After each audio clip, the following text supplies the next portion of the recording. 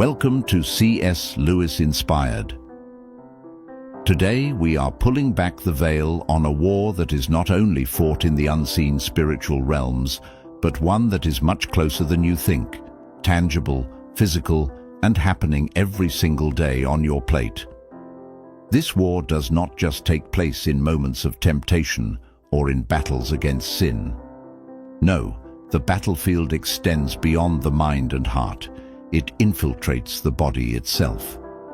Satan, the master deceiver, has long understood that control over the body leads to control over the soul, and one of his greatest weapons, the very food you consume. From the very beginning of human history, food has been a battleground in the spiritual war. It was with food that the enemy first deceived mankind, luring Eve with the forbidden fruit. It was through hunger that he sought to tempt Jesus in the wilderness. And today, Satan continues his tactics, manipulating the food system to weaken your body, dull your mind, and distance you from God. Think about it. When you are weak, sluggish, and clouded with cravings, you are less likely to pray with focus, less likely to discern truth from deception, and more vulnerable to spiritual attack. But what if you could break free? What if you could reclaim control, not just over your health, but over your spiritual strength? Today, we will uncover the hidden strategies of the enemy, revealing 3 specific foods that Satan uses to manipulate, control, and enslave you. Foods that dull your spiritual discernment, cloud your judgment, and keep you trapped in physical and spiritual bondage. Are you ready to break free from the chains? Are you ready to reclaim your body and mind for the glory of God? Then let us begin. 1. The deception of artificial and overprocessed foods. There was a time when food was sacred, a divine provision from God, meant to nourish both body and spirit.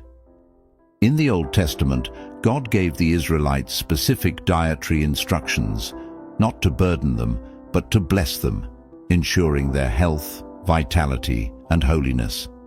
Bread was not just a meal, it symbolized divine provision.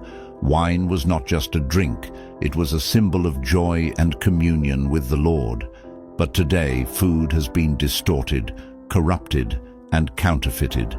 The enemy has infiltrated our food supply, twisting what was meant for nourishment into a tool of enslavement. Look around. Grocery store shelves are lined with foods that are no longer real.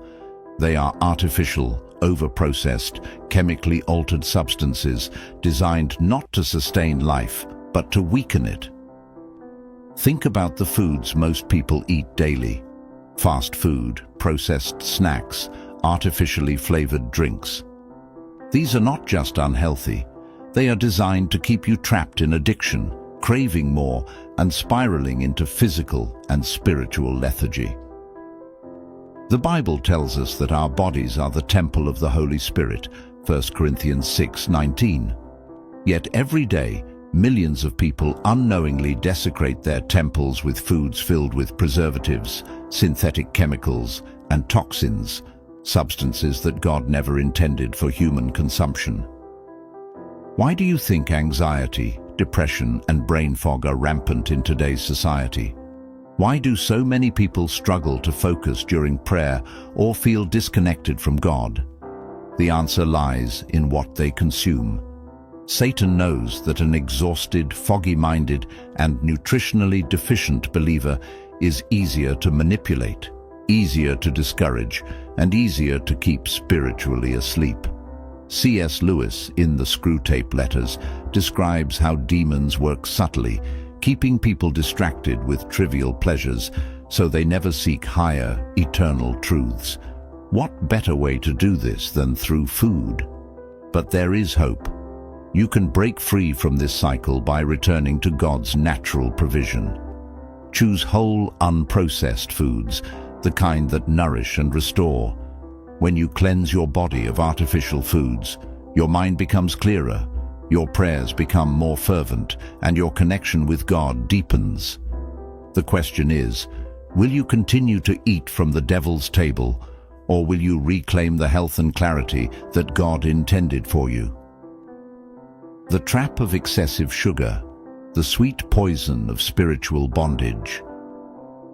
If there is one substance that Satan has used masterfully to enslave an entire generation, it is sugar, and not the natural God-given sweetness of fruit and honey, but the excessive refined and addictive sugar that saturates nearly every processed food and drink. Sugar is not just a harmless indulgence, it is a spiritual weapon. Satan has turned what should have been a rare delight into a relentless addiction, a modern idol that demands worship at every meal. Think about it. How many times have you craved something sweet, not because you were truly hungry, but because your body needed it? How often have you felt irritable, tired, or even depressed when you didn't get your usual sugar fix? This is not freedom, it is bondage. The Bible warns against gluttony and overindulgence, yet today people consume sugar as if it were a necessity, unaware that it is slowly poisoning their bodies and clouding their spirits. Refined sugar hijacks your brain's reward system, tricking you into an endless cycle of highs and crashes, keeping you mentally distracted and spiritually dull. C.S. Lewis writes in the Screwtape Letters how the enemy tempts people with small, seemingly harmless indulgences, knowing that over time, these habits grow into strongholds. Sugar is one of the most effective tools in this regard.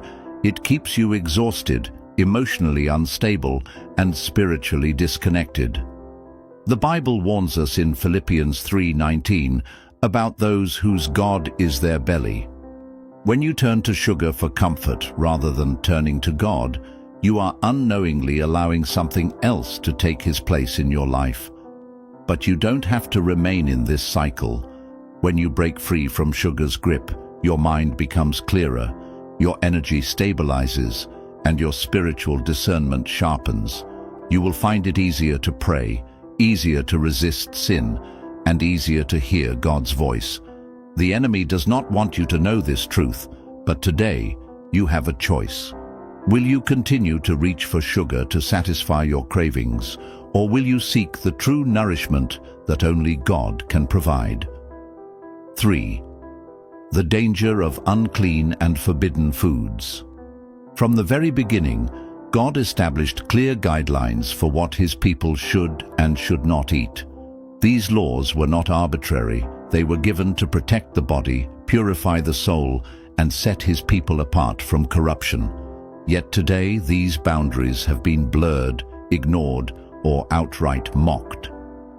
Satan has worked tirelessly to convince the world that dietary choices have no spiritual consequences, but this is a deception.